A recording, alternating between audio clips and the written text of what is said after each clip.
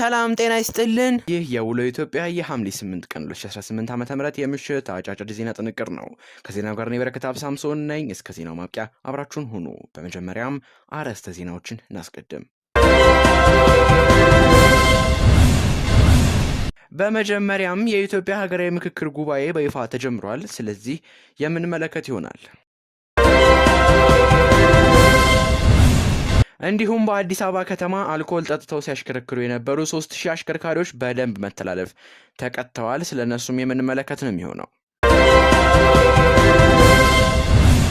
ከባህር ማዶ ዘገባዎቻችን ደግሞ በመካከለኛው ምስራቅ በረራዎች ተቋርጠዋል። ይህንንም የምንዳስስ ይሆናል።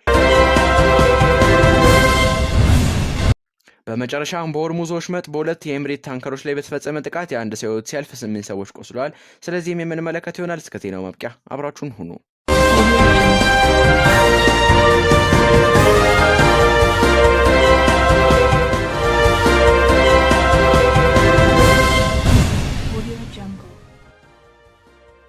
በመጀመሪያም ተመልካቾቻችን የኢትዮጵያ ሀገራዊ ምክክር ጉባኤ በይፋ ተጀምሯል። በጉጉት ሲጠበቅ የነበረውና የሀገራችን የዘመናት ስብራቶች ለመጠገን ትልቅ ተስፋ የጣለበት የኢትዮጵያ ሀገራዊ ምክክር ጉባኤ ጠቅላይ ሚኒስትር አብይ አህመድ በተገኙበት ዛሬ በይፋ ተጀምሯል።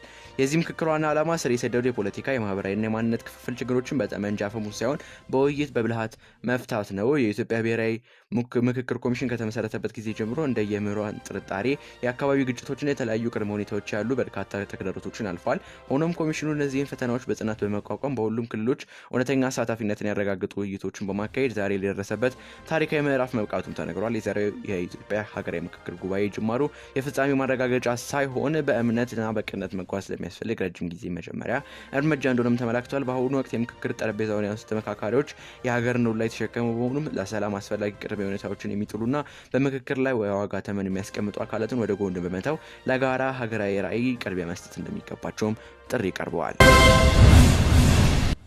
በአዲስ አበባ ከተማ አልኮል ጠጥተው ሲያሽከረክሩ የነበሩ 3000 አሽከርካሪዎች በደንብ መተላለፍ ተቀጡ። የአዲስ አበባ ከተማ ትራፊክ ማኔጅመንት ባለስልጣን በ2018 በጀት ዓመት አልኮል ወይም አደንዛዥ ዕፅን ተጠቅሞ ማሽከርከርን ለመከላከል የቁጥጥር ስራ አከናውኗል። የባለስልጣኑ የህዝብ ግንኙነትና ኮሚኒኬሽን ዳይሬክተር ወይዘሮ ገነት ዲባባ ለብስራት ሬዲዮ እንደገለጹት በበጀት ዓመቱ በተካሄደው የቁጥጥር ስራ 3356 አሽከርካሪዎች አልኮል ጠጥተው ሲያሽከረክሩ በመገኘታቸው በደንብ መተላለፍ ተቀጥተዋል። ባለስልጣኑ ጠጥቶ ማሽከርከር ለአሽከርካሪውም ሆነ ለሌሎች የመንገድ ተጠቃሚዎች ከፍተኛ አደጋ የሚያስከትል በመሆኑ ቁጥጥሩን በከተማ በሚገኙ 11 ክፍለ ከተሞች ያካሂዳል። በቀጣይም አልኮል ጠጥቶ ማሽከርከርና ሌሎች የትራፊክ ደንብ ጥሰቶችን ለመከላከል ቁጥጥሩ እንደሚጠናከር ባለስልጣኑ ገልጾ አሽከርካሪዎችና እግረኞች የትራፊክ ህግና ደንብን አክብረው እንዲጠቀሙም አሳስበዋል። ከባህር ማዶ ዜናዎቻችን ጋር ተመልሰናል ተመልካቾቻችን። በመካከለኛው ምስራቅ በረራዎች ተቋረጡ። የተባበሩት አረብ ኤሚሬትስ፣ ግብጽ፣ ሳውዲ አረቢያ፣ ኳታርና ሌሎች ሀገራት የሀገር ውስጥና ዓለም አቀፍ በረራዎችን በጊዜያዊነት አቋርጠዋል።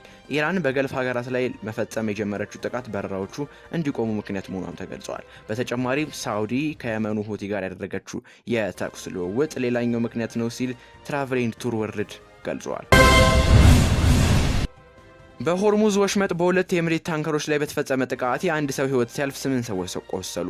በሆርሙዝ ወሽመጥ በደቡባዊ መርከብ መስመር የኦማን ግዛት በሆኑ የውሃ አካላት ላይ በመጓዝ ላይ በነበሩ ሁለት የተባበሩት አረብ ኤሚሬትስ ዩኤኢ የነዳጅ ጫኝ መርከቦች ላይ በኢራን የክሩዝ ሚሳኤል በተሰነዘረ ጥቃት የአንድ ሰው ሕይወት ሲያልፍ 8 ሌሎች መቁሰላቸውን የሀገሪቱ መከላከያ ሚኒስቴር አስታውቋል። ከተጎዱት መካከል የአራቱ ሁኔታ አሳሳቢ መሆኑም ተገልጿል። ተመልካቾቻችን ለዛሬ ያዝናቸው ልዩ የውሎ ኢትዮጵያ የሐምሌ 8 ቀን 2018 ዓ.ም የምሽት አጫጭር የዜና ጥንቅሮቻችን ይህንን ይመስሉ ነበር። ከዜናው ጋር እኔ በረከት ሳምሶን ነበርኩኝ። የደቦል ዜና ፕላስ የቴሌግራም ቻናልን በመቀላቀል ሰፊ ዜና ጥንቅርን ያገኙ። በሌሎች ዜናዎች እስከምንገናኝ ሰላም።